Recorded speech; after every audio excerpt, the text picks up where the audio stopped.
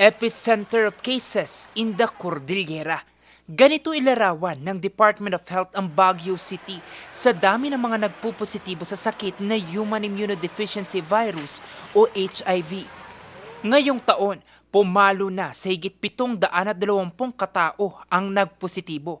5% ito sa kabuang bilang ng mga kasong naitatala sa Cordillera.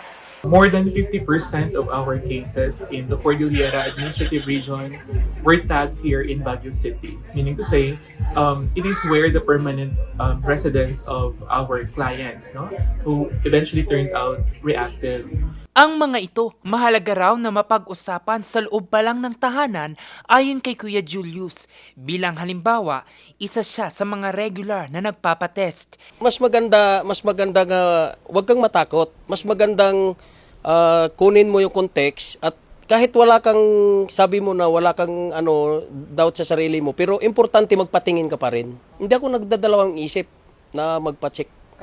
Kasi para malalaman mo, at least aware ka kung anong tama mong gawin. Prevention is better yun. Seryoso ang usaping ito, lalo pat ayon sa Department of Health, pabata pa ng pabata ang nagkakaroon nito. Sa Pilipinas, 7 sa bawat 10 Pilipinong may edad 15 hanggang 34 na taong gulang ang nagpupositibo. Malaking susi sa pagsugpo sa kaso ang testing. Kaya sa Baguio City nitong Sabado, March 14, binuksan na ang government-run testing center. Tinawag itong Project Namnama o Nurturing Awareness, Mobilizing Networks, Advocating to Mitigate the Impact of AIDS Clinic. Target nitong matest ang mga individual na kabilang sa workforce. This time, two government agencies, the local government unit of Baguio City and Department of Health working together to put up this Namnama Center. And this is the first in CAR, first in the Philippines, and we hope we can extend it. Now, this will be a model Namnama Center for other CAR provinces to follow.